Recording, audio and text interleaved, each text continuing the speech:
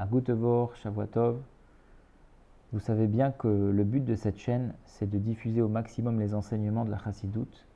Et plus que ça, c'est de diffuser ce qu'on appelle Darkei HaChassidoute, les chemins, les voies de la Chassidoute. Et c'est pas possible de diffuser les chemins de la Chassidoute sans parler d'un livre qui est le Hayom Yom. Le Hayom Yom, c'est le premier livre qu'a écrit le Rabbi. Et donc, Bezrat Hashem, on va essayer de commencer ce nouveau projet de temps en temps, de prendre un enseignement du Hayom Yom et de l'approfondir. Alors, avant de rentrer dans le vif du sujet, si on peut dire, il faut déjà expliquer qu'est-ce que c'est que le Hayom Yom, présenter l'ouvrage en lui-même. Donc, je vais me servir pour cette vidéo de ce livre-là, le Hayom Yom traduit en français dans les éditions du Bet Lubavitch pour introduire l'ouvrage. Donc, qu'est-ce que c'est que le Hayom Yom? On a dit le Hayom Yom, c'est le premier livre qu'a écrit le Rabbi, qui a été publié dans l'année Tafshin Gimel 5703, à la demande du Rabbi précédent. Comment ça s'est passé? Le Rabbi précédent dans l'année 5700, d'accord, Tafshin, le dernier jour de Pessah, Acharon Shel Pessah, lors du dernier repas de Acharon Shel Pessah, le repas qu'on appelle aujourd'hui Seudat Mashiach, le Rabbi précédent, il était déjà arrivé aux États-Unis, il était sorti de l'Europe, il avait réussi à s'enfuir d'Europe, et donc il était arrivé déjà aux États-Unis, et donc le dernier repas Seudat Mashiach d'Acharon Shel Pessah 5700, le Rabbi précédent, il a émis un souhait, et il a dit comme ça: un recueil spécifique devrait être établi, présentant toutes les coutumes de Chabad. Il rapportera également quelques proverbes, de courts récits classés pour un usage quotidien. Cet ouvrage sera lu chaque jour par tous les chassidim Chabad. Donc il a émis cette demande qu'on fasse un recueil avec pour chaque jour une coutume, un proverbe, un petit récit, une histoire chassidique, et que ce livre soit étudié tous les jours par les chassidim Chabad. Et il continue, le Rabbi précédent, il dit comme ça: un tel recueil méthodique ne peut être réalisé que par quelqu'un qui possède une immense profondeur, une organisation précise, un esprit large et pénétrant. Bon, Bekitsour, le Rabbi précédent, il a eu un souhait qu'on fasse un livre comme ça qui regroupe des proverbes, des coutumes, des histoires chassidiques. Ça, c'était en 5700. En 5703, d'accord, donc 3 ans plus tard, le 19 Kislev, le Rabbi précédent, il écrit une lettre à son gendre, notre Rabbi, qui était déjà lui aussi entre-temps arrivé aux États-Unis, qui avait réussi à s'enfuir de France après l'invasion par l'Allemagne nazie. Et donc, il envoie une lettre à son gendre en lui disant: voilà, il faut que tu t'occupes de ce travail-là, de compiler ce fameux livre-là de recueil et proverbes chassidiques. Et le Rabbi, il s'est mis à la tâche. Et le livre, il a été donc édité pour la première fois le 11 Nissan 5703. Le 11 Nissan, c'est l'anniversaire du Rabbi. Donc 11 Nissan 5703, le premier livre du Rabbi qui est édité le jour de son anniversaire des 41 ans. Le titre du livre, Hayom Yom, c'est le Rabbi précédent qui l'a choisi, que chaque jour, on va pouvoir voir la beauté qu'il y a dans le jour. Regardez ce que le Rabbi précédent il dit à un des chassidim quand le Hayom Yom est sorti. Donc c'était au Rav Alexander Cohen. Je lis les mots du Rabbi précédent qui a écrit une lettre à ce Rav. Vous avez sans doute reçu le Hayom Yom, un livre de petit format, à l'image de l'idée qu'un chassid devrait se faire de lui-même. Il est empli de perles et de pierres précieuses, issues de trésors fabuleux et puissants. Il y a là, Dieu merci, une création d'une valeur chassidique inestimable. Dieu a conféré d'immenses capacités à mon gendre, le Rav Menachem Mendel, qui a pu bâtir ce sanctuaire de gloire pour la chassidoute, comptant 383 parties. Chaque jour, il délivre son message. La journée y trouve sa dimension véritable.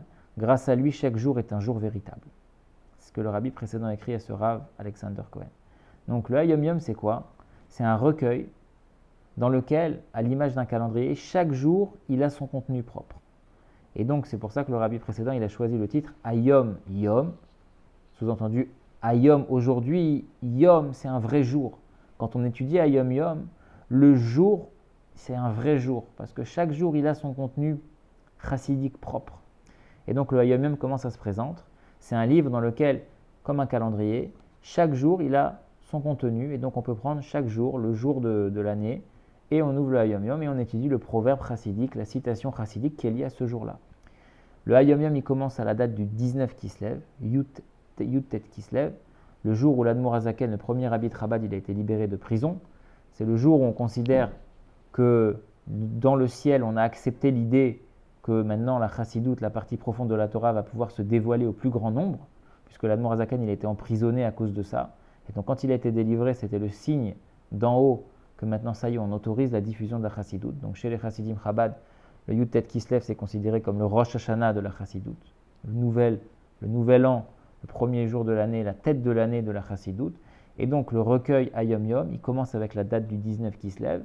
Et comme ça, il y a pour chaque jour de l'année un proverbe, une coutume chassidique. Il faut savoir aussi qu'au début du Hayom Yom, il y a ce qu'on appelle l'étude du jour, le Chitat.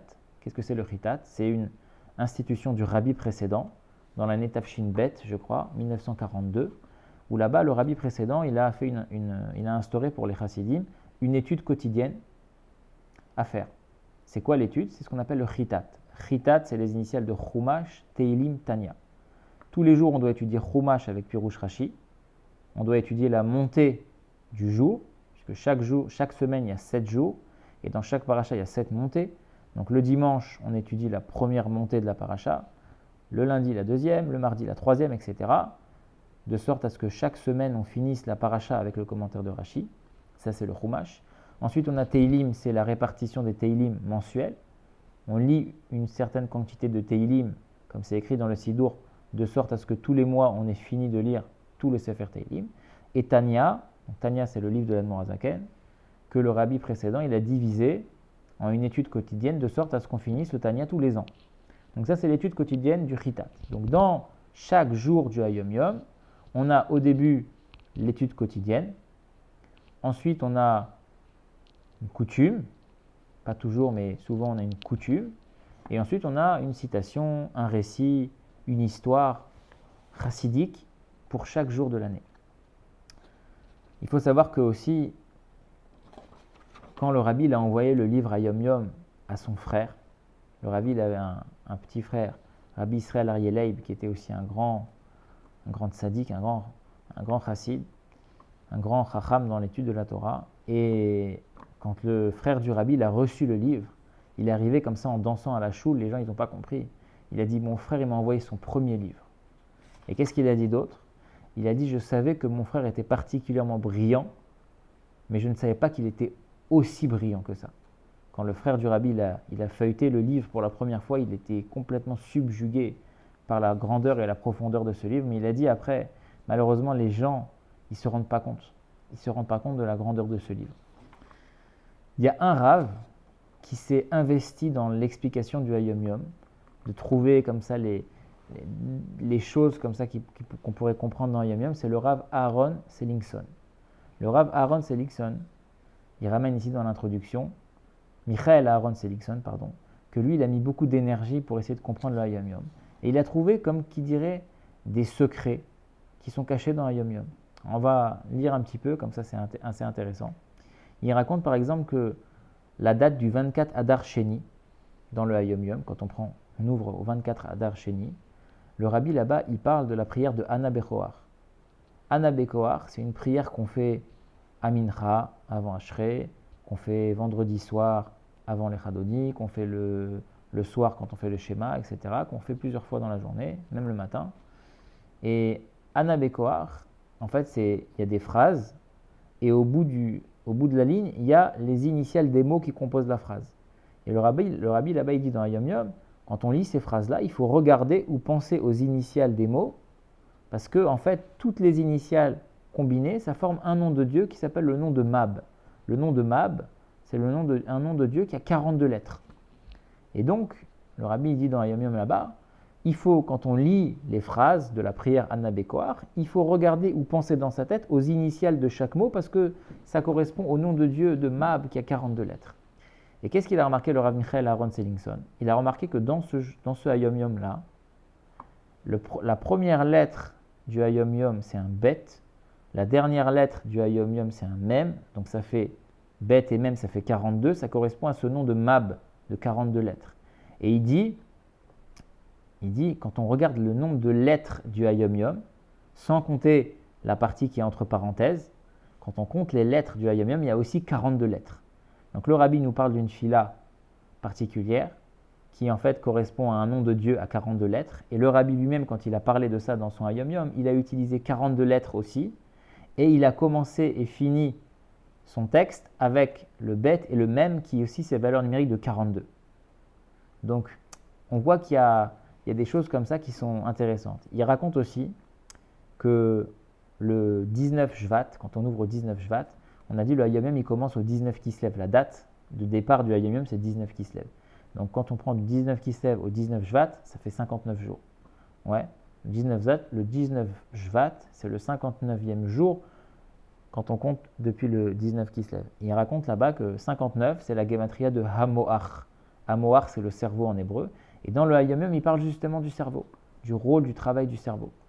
Pareil, il dit le 13 Adar Aleph. Quand on prend le 13 Adar Aleph, c'est le 82e jour depuis le 19 Kislev. Et de quoi on parle là-bas dans Hayom Yom? Du chassid. Un chassid. Et chassid, c'est la gematria, la valeur numérique de 82. Bref, il y a plein de petits secrets comme ça qu'il a trouvé. Alors nous, on ne va pas vraiment étudier cet aspect-là du Hayom Yom. On va plutôt prendre un autre livre qui s'appelle Hayom Yom Hamevoar. Et là-bas, en fait, qu'est-ce qu'il fait ce livre? On a dit le Hayom Yom, c'est une compilation de proverbes chassidiques, d'histoires chassidiques, de lettres. Et en fait, c'est des extraits que le rabbi a pris dans les lettres du rabbi précédent de son beau-père.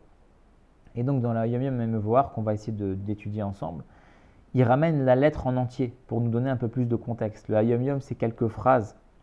Des fois, c'est une phrase, c'est très court. Et dans le Hayom Yom Hamevoar, il nous ramène la source de la lettre, par exemple, du rabbi précédent, dans laquelle le rabbi est parti piocher cette petite phrase ou cette petite citation, cette petite histoire chassidique. C'est ça qu'on va essayer de voir ensemble.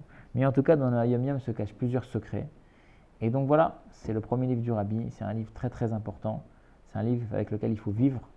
Et ça donne vraiment vraiment des forces pour la vie au quotidien, que Hayom Yom, que le jour soit un jour. Juste une petite histoire, je termine, qui est forte, du Rav Sellingson justement, qui raconte qu'une fois à Shmini Atzeret, c'était en Tav Shin Chav Dalet, 5724, il y a des Bachurim de la Yeshiva qui étaient dans la souka du rabbi qui poussaient, qui bousculaient. Le rabbi raconte qu'il s'est retourné vers un des Bachurim. Il lui a posé une question sur une des idées qui est mentionnée dans Hayom Yom, dans ce livre-là. Et donc le Bachur, l'étudiant de la Yeshiva, il ne savait pas quoi répondre. Et le rabbi lui a dit, si on ne connaît pas Hayom Yom, comment est-ce qu'on peut pousser ici? Comment tu te permets de bousculer, de faire un peu du balagan ici dans la souka du rabbi, si tu ne connais pas Hayom Yom? Donc voilà, donc Hayom Yom, Bezrat Hashem, qu'avec l'étude du Hayom Yom, ce premier livre du rabbi, que le jour que Hayom, ce jour-là, puisse être vraiment un vrai Yom, un vrai jour, rempli de contenu chassidique et de lumière. Bezrat Hashem.